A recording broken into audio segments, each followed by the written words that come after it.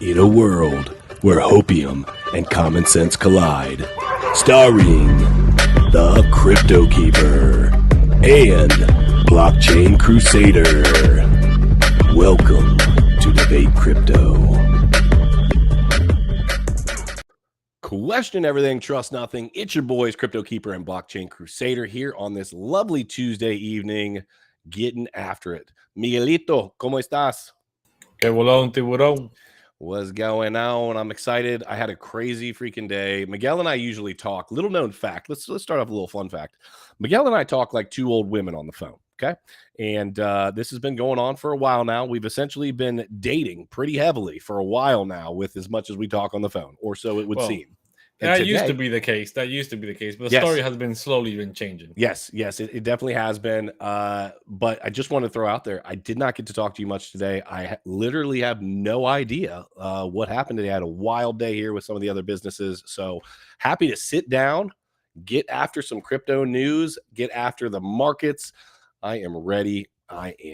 So if you are looking for trading, if you're looking for some TA stuff, make sure to check out your boy Frankie Candles before us, 5:45 to 7:30 over on BitBoy Crypto. Check out Frankie Candles. He is a man, a myth, a legend. Check him out. Also, please make sure you are in our Discord. Make sure you are following on both our Twitters. I know we're asking a lot, people. We've got it all down below the video. Check it out. We're giving away 10,000 free NFTs that are going to serve as commerce in our community. We have been talking, little secret, we've been talking to one of our partners, and we actually might be just throwing it out there. There might be something, we'll talk about it tonight on the Twitter space at 9 p.m. So don't miss that.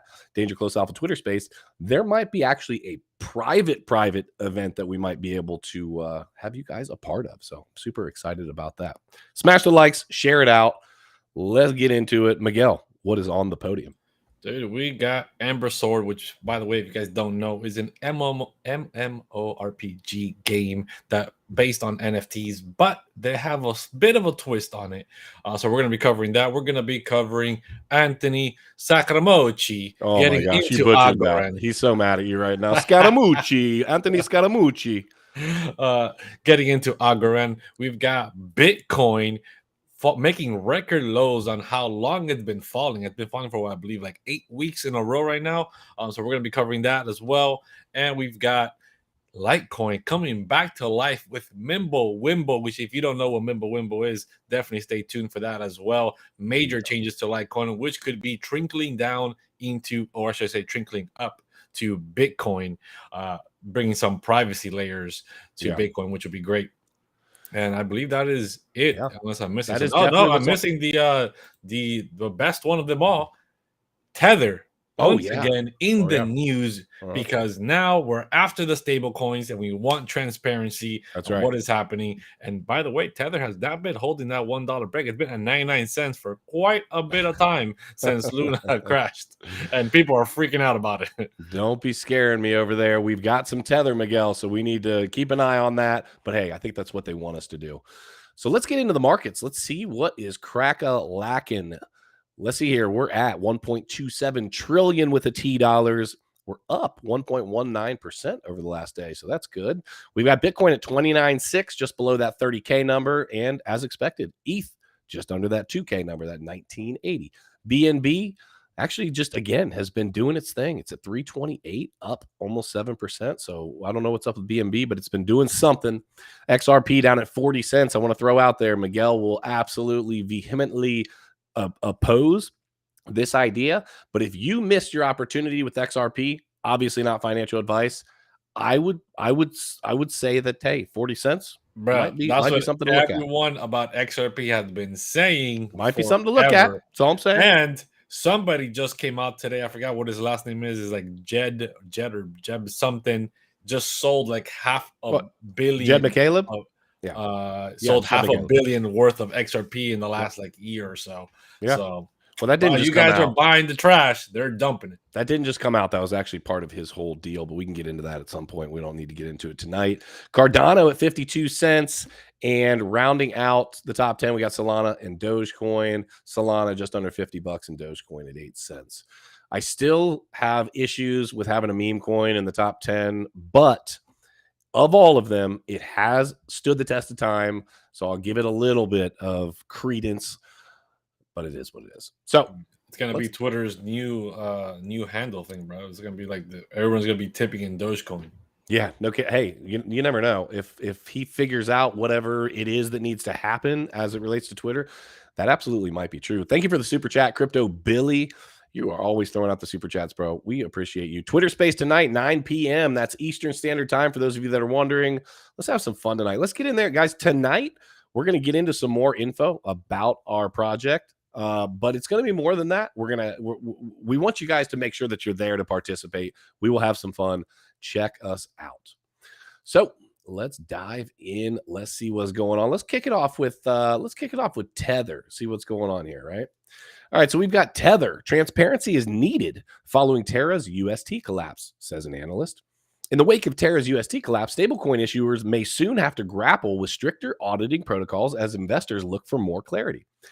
Alexandre Lores, I don't know, director of blockchain market research at Quantum Economics, said stablecoin issuers like Tether, the issuer of USDT, the largest of the stablecoins, should be providing external audits of underlying assets. I think more transparency is needed in terms of showing what they, which is Tether, actually hold on the balance sheet, Laura said in a CoinDesk TV first mover program. USDT, which is supposed to be pegged 1-to-1 with the value of the US dollar, is hosted on blockchains including Bitcoin, Ethereum, and Tron. USDT most recently had a $10 billion drop in its circulating supply, placing its market cap at just above $73 million, according to CoinGecko. So as questions linger about the feasibility and safety of stablecoins in general, USDT's issuer has had past regulatory run-ins. In October, it was fined more than $42 million by the CFTC for allegedly violating the CEA, which is the Commodity Exchange Act, and CFTC regulations. Tether stablecoins were not fully backed at all times, and Tether and a sister company also paid $18.5 million settlement to the New York Attorney General's office. Let me say something, and I've said this so many times, so this is going to be me being a broken record. Why are we worried about what it's backed with if we are sitting here with the whole freaking world in debt as it relates to the US dollar, which, oh, by the way, did we mention is backed by absolutely zero? We are talking about not only zero, but it is a fractional reserve. I don't want to dive into it. Listen, we're always talking about this, but it's frustrating, man. The crypto revolution is basically getting kicked in the shins while the dollar, which is actively collapsing, is put on high by our regulatory bodies, and it's a freaking shame. It's the illusion that you're playing with monopoly money, but then they don't want you to know that you can go get a different monopoly board and get some extra cash and be like, hey, look, I got some extra cash over here. They're like, no, you can't do that. Only we can do that. That's right. And that's the problem. That's the thing is UST stable coins are a bigger competitor than cryptocurrencies as a currency for fiat, which is a huge threat to them, right? It's literally pegged to $1. It has the same value. Yep. Why not just use that versus that and never have to go into a bank ever again? And they are threatened by that. Banks do not want to lose their comfy jobs making money off your money. So they need your money in the bank parked there forever. And you know what? I want to take it one step further. I believe that they know this is where things are headed. Whether that ends up being more decentralized or centralized, I believe they know it's where it's headed. But they're putting up the fight on the front end, I believe, to also position themselves into better stances as it relates to their bags in the crypto markets. Because let's be fair, you've got somebody like Warren Buffett and Charlie Munger saying, I wouldn't buy all the Bitcoin in the world for $20.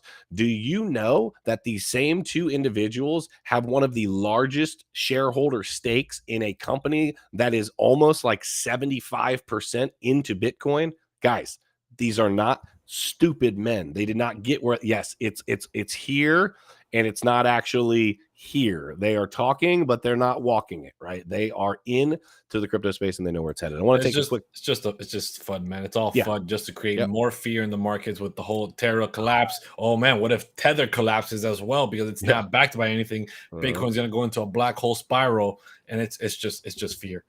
It's absolutely shoot out that Matt C with that. That's what I was just getting ready to say. Matt C, always a supporter of the channel. I actually met Matt down in Miami. I'm looking forward to seeing him again. He said, "What's up, Nick? Looking forward to seeing you in Austin at Consensus. Keep pumping out the truth, brother." Well, Matt, you keep doing your thing, dude. We appreciate all your support. It is very much recognized and appreciated. So thank you very much. I look forward to seeing you there as well. And so does Miguelito. You'll get to meet Miguel as well, Matt. So make sure you search us out or we'll search you out. We look forward to it. So let's talk about Ember Sword, dude. We love our NFTs.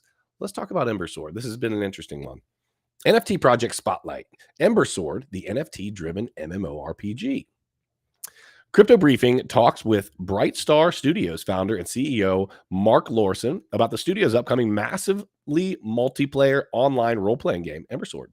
What is Ember Sword? Ember Sword wants to be the first Web3 MMORPG. Developed by the Danish company Bright Star Studios, the game describes itself as an open-world sandbox role-playing game inspired by MMO giants like World of Warcraft, RuneScape, and Guild Wars. Ember Sword places an emphasis on accessibility, focusing on removing barriers to entry for new players and MMO veterans alike. There are no specific classes, as is common in other role-playing games. Instead, Ember Sword lets players experience everything the game has to offer, such as leveling up skills, crafting, and combat, all through a single character. Ember Sword is set in a fantasy universe called Thanabis. It's made up of 4 distinct nations: Duscaron, Edisau, Severand, and Solarwood. The nations are broken up into 3 territories: Kingship, Outlaw, and Wilderness, each offering unique game objectives from player versus player combat to epic open world boss fights. Miguel, so there are certain RPGs that I'm down with. Now you're going to say I'm old and all these things. I love me some Zelda. Right. I like Assassin's Creed. So there's definitely some RPGs that I really, and you could probably rattle off a bunch more.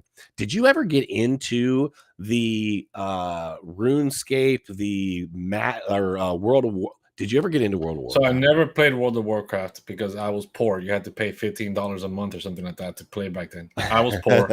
I played freaking RuneScape that was free, and then eventually I was able to pay for a membership, which was like $5 a month back in the day. So I was like, I'm not paying no $15 a month for World of Warcraft. So I did play RuneScape when I was in middle school. I played a lot of that, so I did like it. I did like that kind of game style. I like what Ember Sword is doing. But what I don't like, if you go lower into the article, is basically what they're doing is only certain items will be NFTs, like land and cosmetics will be NFTs. So why do you not like that? So what they're saying is they're excluding anything like armor, right? You find a rare piece of armor, that's not an NFT. Therefore, you can't sell it on a secondary market and make some cash. Right. So what I don't like is they're taking away certain aspects of the game where gamers, right, they will grind the game to find the most rare items, the best items, and then sell it in a secondary market with, blockchain and NFTs. This is the moment you put all these people put hundreds to thousands of hours into these games just for fun. Now there's an aspect of like, I can put 1,000 hours in and make money, right? If I'm good enough to find the rare items. But they're taking that away from you in this game a little bit with the fact that they don't let you sell rare items. They don't let you grind for certain things like that. So they kind of limit you on how much money you can make in the game. Let me tell you what I like. Oh, go ahead. Sorry. I thought you were finished. I understand that they're trying not to do a pay to win scenario, right? Yeah. But at the same time, they should allow people to be able to make some money for putting thousands of hours of your life into a game. Yeah, I like the idea of putting NFTs into these games. I like the idea of being able to take control of the game, the time that you're putting into and investing in the game. Because you're right, Miguel. There are people that will throw their lot. Could you imagine if Call of Duty was play to earn? Like if there was a way to monetize Call of Duty, I can't even imagine what that would look like. Okay. It's already just an absolute cash cow. But what I'm getting at is the one thing that I do like is if they're going to stick true to what they said as it relates to not having barriers to entry, there are barriers to entry even in games like Call of Duty. Let me give you an example. When I was playing Call of Duty, I noticed this thing where all of these people knew the newest, dopest, best loadout. The best, for those of you that don't play Call of Duty, it's the best set of guns, the meta, as they would call it. Yep. Well, it's funny. The meta was always like farther than you were into the game, but you could go on to the store and you could pay money for that very weapon. I'll be damned.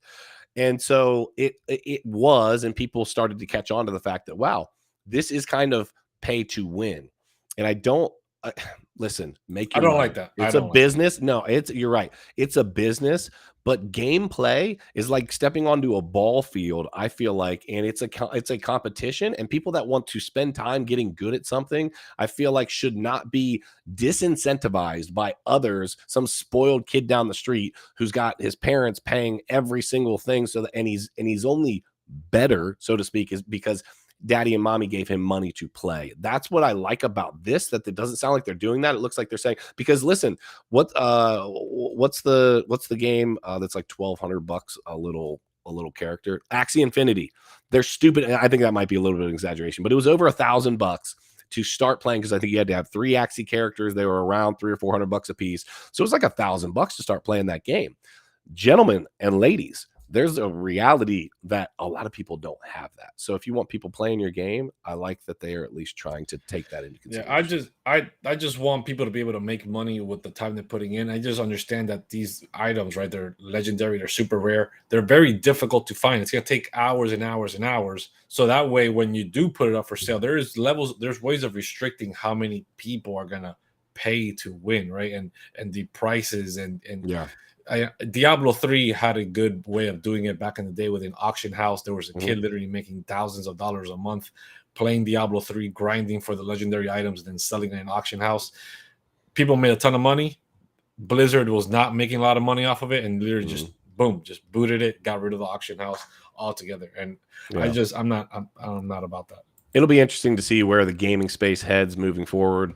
We will be a part of it, because we do like what's happening there. It's just going to be, hey, what rises to the top? What do people actually want to see and want to play? I like the idea behind it, though. Let's talk about let's talk about Litecoin. Let's talk about Litecoin, if I could speak. Here we go. Litecoin's social engagement jumps 21% after Mimblewimble activation. Pause. This social engagement jumping 21%, if y'all didn't realize yet, that is super, super important in today's society. Okay. Social engagement is what we essentially attach our livelihoods to, some of us. Okay. That's not where I'm at yet. That's not where Miguel's at yet. But with your help, we could be there. We want your engagement. So make sure to jump in, follow us on Twitter, follow us on our other Twitter, follow us on all of our other socials, our TikToks, all that's great. But make sure to jump into Danger Close Alpha. That's where we need you. Jump into the Discord. Information is down below the video. The Litecoin community has recently approved the activation of the Mimblewimble protocol on the Litecoin mainnet. Mimblewimble is a privacy-focused decentralized protocol that enables users to conceal transaction data with its confidentiality feature while providing a foundation for other blockchains to improve the usability of their token. The Mimblewimble extension block, or MWEB, hides 3 critical pieces of information: sender address, receiver address, and the amount of crypto sent. With the Mimblewimble extension block, users can opt into confidential transactions. The goal of this is to enhance the visibility of Litecoin as a fungible currency that can be used for real-world transactions by lowering fees and adding privacy, throughput, and scalability. This upgrade has led to a massive jump in overall Litecoin social engagement, a parameter measured by analytics portal Lunar Crush. Social engagement, which is measured by discussions on a certain term, shows how actively a certain topic is being discussed on popular social media platforms. Miguel, why do you feel like this interaction in particular, this change in the protocol in particular, why is this? Because Litecoin, let's be fair, Litecoin was banging in 2017. It was all the rage when we first got in. Litecoin. But today it is not. You don't hear people talk about it a lot, except for maybe some OGs. Why is the Mimblewimble protocol grabbing all this attention? Because it brings privacy, man, and I think it shows that people do value their privacy, at least some people, right? And there's a demand for it. And Litecoin being one of the biggest OGs out there, it is kind of like just dead in the water kind of situation, but they're still doing something, and they're showing that if Litecoin can do it, Litecoin is a fork of Bitcoin. Therefore, this upgrade can go and be moved into Bitcoin's protocol and have some privacy put onto Bitcoin, which is massive. And this is why it was a big thing for Litecoin in 2017 was Bitcoin was digital gold, Litecoin was digital silver, right? People complain about not having fast payments and low gas fees. Hey, Litecoin's been around, right? You can use Litecoin for stuff like that. But yeah, man, people need to understand what privacy is. Privacy is possible on the blockchain. They should demand it. They should want it. They should work towards it. And I think Litecoin is taking a step in the right direction here with the Mimblewimble, and is basically giving people some hope that maybe Bitcoin will have some privacy in the future. Yeah, I think that I think that you're right. I think that people are starting to recognize that the blockchain is incredibly open, right? People are starting to recognize, like, wait a minute, this is beautiful for all of these reasons, but one of the things that they're not seeing is any sort of privacy. And I think that as we get farther and farther into some of the corruption type things that we've been seeing happening in our government, don't need to dive into details, people are saying, wait a minute, I don't trust what's being fed to me, and I don't trust what people are watching, what they're not watching. I need some privacy. So yeah, I totally agree. I couldn't agree more. And I do functionally like what Litecoin is doing. I think Litecoin's main problem, Miguel, is the fact that they are not marketing themselves the way that a lot of these other projects are. Now, will it end up being a problem? I don't know, because they still hang around. There's still a lot of big money in Litecoin. Litecoin is literally represented in everything on the news. You see Bitcoin, you see Ethereum, you see Litecoin. Litecoin is always represented in anything on the television when they're talking about cryptocurrencies. It really is. Let's talk about something not Litecoin, but another project that I hear a lot more lately. Let's talk about Algorand. Anthony Scaramucci takes a large position in Algorand. There's Anthony himself. Skybridge Capital head Anthony Scaramucci recently told Business Insider that he had taken a large position in Algorand. Scaramucci claims that he finds the project's technology impressive. The high-throughput blockchain was Italian computer scientist Silvio Micali, who recently described Bitcoin, the first cryptocurrency, as a Neanderthal. As reported by the U Today, Pharma Bro Markin Shkreli recently. Dude, do you know who that is? Do you know who Martin Shkreli is? No, He's a huge D-bag, bro. Oh, is he? I'll have to check him out. He's in the pharma game, and he's increased the price of, I think it was either like EpiPens or something like that, like astronomically, and he literally just said, like, "Come at me, bro. Who cares?" Like, I don't know who he laughed is, at people's face about it. It's probably good that I don't. He singled out recently Algorand among his favorite blockchain products. Scaramucci, who had experienced a total 8 bear markets, believes that the stock market traders are yet to capitulate since there's no extreme panic in the air. Speaking of Bitcoin's price performance, Scaramucci refrained from making a price prediction this time around, but the investor believes that anything could happen. As reported by You Today, the Bitcoin price could plunge to the $18,000 level if the previous market cycles are any guide. Scaramucci added that people should not own Bitcoin or Ethereum if they don't believe in their technology. The investor is certain that the blockchain is most disruptive innovation since the internet. So he starts talking about dollar cost averaging. And he goes, let's see here. It says the Mooch is also betting on the stock of Coinbase, the largest cryptocurrency exchange in the US. Dude, all right, let's talk about it real quick. Algorand had to have paid for this because there was no information about freaking Algorand in here. Just put us in the title, right? We're an ISO 222 project. Let's talk about it. I don't see anything else on here that says anything about freaking Algorand. Do you? No, dude, it's 100%. It's one of these things, right, where somebody big and important shows up and says, "Hey, by the way, I'm buying a boatload of this project.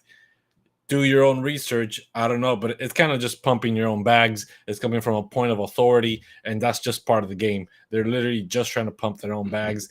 Algorand, You know, I know a few people that are really pumped about it, but Algorand still, in my eyes, I have not seen the solution to its inflation problem, and it's literally just not going in the direction everybody says it's going to keep going. It might at some point in the future, but for me, I don't deal with the ISOs. I knew that's what you're going to say. But to be fair, again, as always, debate crypto so we can talk about it. Miguel, you've talked to me about this before. We agree that the banking system, our financial, legacy system is not going to just go away, or they're not going to go away quietly. And so I see why. That's right. Not saying I support it to the very end. Not saying I support it, but I see why people believe so heavily in these ISO, because they say, hey, listen, these banks aren't they're going sheep, anywhere. bro. They like to follow themselves. They like to hurdle themselves into the slaughterhouse. I'll go wherever you take me, daddy. And then, chapow, you're gone. And they're like, oh my God, I can't believe these people did this to me again. I thought if I cooperated, they would love me. No. Well, Speaking of lack of cooperation, well, I guess you know what? Actually, I believe that Bitcoin is cooperating even better than people understand. Let's dive into some Bitcoin. Let's talk about what the market's actually doing. Real quick pause. Make sure you guys are following. Make sure that you've shared this out. Let everybody know Debate Crypto is the place to be. And if you're interested in an NFT project that actually brings real utility, that can actually set your family up to be in a better position should you have anything from a natural disaster to government tyranny, check out Danger Close Alpha. We love you. That's why we're doing it. And we look forward to seeing you guys involved in the project. Bitcoin extends record streak of weekly losses to 8. Down 8 weeks in a row, Bitcoin for the second straight week has set a record for the most consecutive losing weeks. Compared with May 16th closing figure of 31.3, Bitcoin closed day at about 30,287 according to the Bitstamp data. Today's price, as of this writing, was about 29,375. Before last week's record 7th straight week of red candles, the previous mark for the consecutive losing weeks was 6 during Bitcoin's 2014 bear market. Back then, it steadily fell from $507 to $323 from August 25th to October 6th. Let me take a brief pause. That number, 507 to 323, is going to be, when you look at that right now and you're like, oh, I know what everybody just thought. Oh my gosh, I promise you, everybody in the chat, I wish I was buying Bitcoin. If you were, good on you, but I wish I was buying Bitcoin at $507. Listen, you're going to look back at 29,000 and say the same freaking thing. Mark my words. This year's what? If Bitcoin drops down into 18,000 or 10,000, like some of these people are saying it's going to happen, the first video I'm going to ask is, first thing I'm going to say is, who's buying Bitcoin right now? This is the opportunity. We've gone back 2 years in time. Who's buying Bitcoin? Where are all the, I would wish Bitcoin was down there so I'd buy it again. I wish Ethereum was at $500 because I'd be buying it. Because everybody, I bet you all my Bitcoins, everybody's going to be like, nah, man, it's probably going to go lower. I'll keep waiting. No, I totally agree with you, dude. This year's negative streak began in late March from a high of 46.9 on March 28th when Terra announced it intended to buy $10 billion of Bitcoin and stablecoin reserves. We know how that went. But the Federal Reserve tightening monetary policy and the Terra USD project having collapsed entirely, Bitcoin's price has fallen almost 38%. We don't need to get into the Terra activity, guys. We've literally beat that into the dirt, but they're suggesting that Bitcoin could drop as low as $21,000 before the signs of rebound. Last week, the Fear and Greed Index, gave a single-digit reading of merely 8, which is the lowest since the crash in 2020.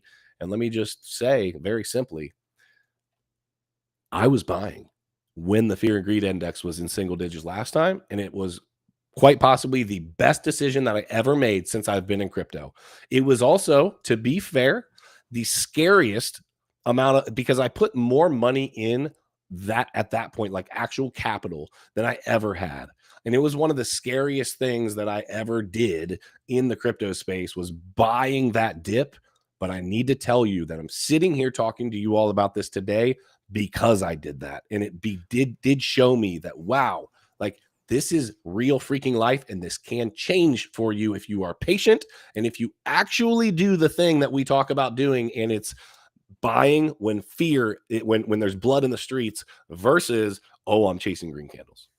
Dude, I don't get it. I don't get it. Everybody that I talk to when things are going up, everybody's fanatic about buying. I'm like, dude, I don't know if you should be buying right now. We just shot up like 50%. Oh, dude, When it's all the way down, I'm like, hey, bro, probably good. Oh, no way, dude. That thing's dead. I ain't going. Like, look at Chainlink. Look at Polkadot. Look at some of these projects, dude. Chainlink is under $10. Polkadot is like a $10, maybe lower than $10. We've got so many altcoins out there that are ridiculously low right now. Could it go lower? Yes, but that's why you dollar cost average. And we've spoken about this 100 million times. There's 100 different ways to dollar cost average safely on the way down. It's not about putting all your money in right now and then, oh wait, we dropped to 21 and everything crashed even further. I have no more money to buy the dip and I'm in the red. Buying during the bear markets, buying during these moments of extreme fear, extreme FUD. This is where a year, 2 years, 3 years from now, people are sitting back looking like geniuses to their families and their loved ones and everyone around them because they bought the dip. These are the dips that we're talking about, right? Not financial advice, but it's just proven. Everybody that's bought Bitcoin, even if they bought it at a local high, eventually that high has become a local bottom, right? And now we've dropped immensely, closely back to the same place we were at last year around this time. Around May, we dropped back down to 29.30, and this is where we're at again. So we're at a year's time backwards. We've literally gone back in time a year.